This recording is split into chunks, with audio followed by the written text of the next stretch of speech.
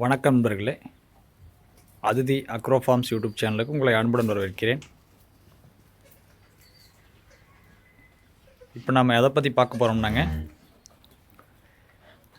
கன்று ஈன்ற மாண்டு பராமரிப்பு முறைங்க. இப்போ நீங்கள் கன்றுட்ட மாட்டுக்கு பார்த்தீங்கன்னா,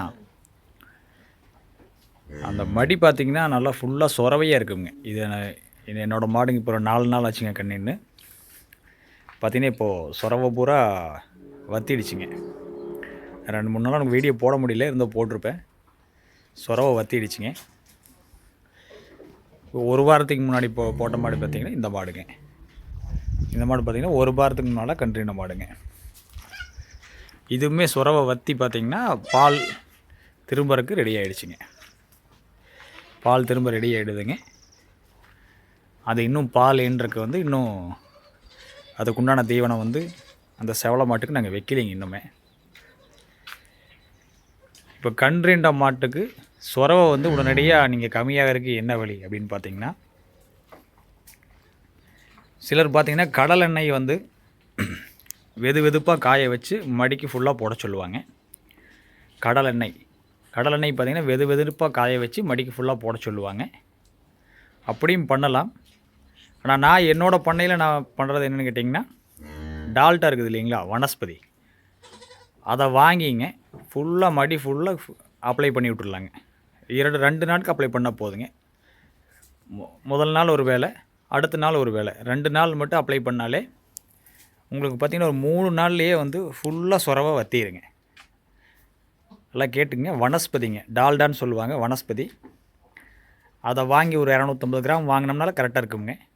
ஃபுல்லாக மடி ஃபுல்லாக அப்ளை பண்ணாலே உங்களுக்கு சொரவை பார்த்திங்கன்னா ஒரு 3 நாள்லேயே அந்த மடி அந்த பால் வீக்கம் எல்லாமே கம்மியாயிருங்க. இது கன்று ஈண்ட மாட்டுக்கு செய்யக்கூடியதுங்க.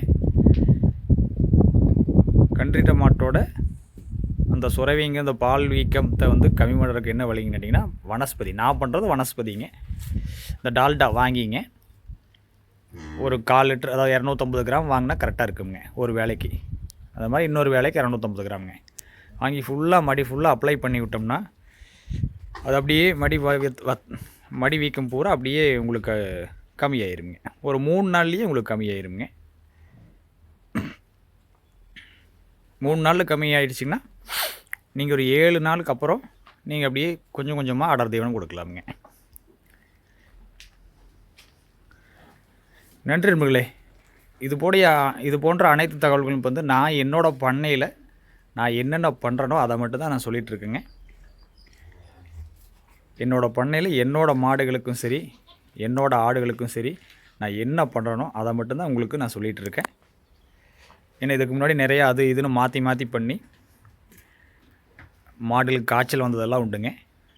இப்போ நான் ஒவ்வொன்றா பார்த்து தெரிஞ்சு இப்போ நான் பண்ணிகிட்ருக்கல உங்களுக்கு நான் என்ன பண்ணுறனோ, என்னோடய பண்ணையில் பண்ணுறனோ அதை உங்களுக்கு உங்கள் கூட நான் பகிர்ந்துக்கிறேங்க.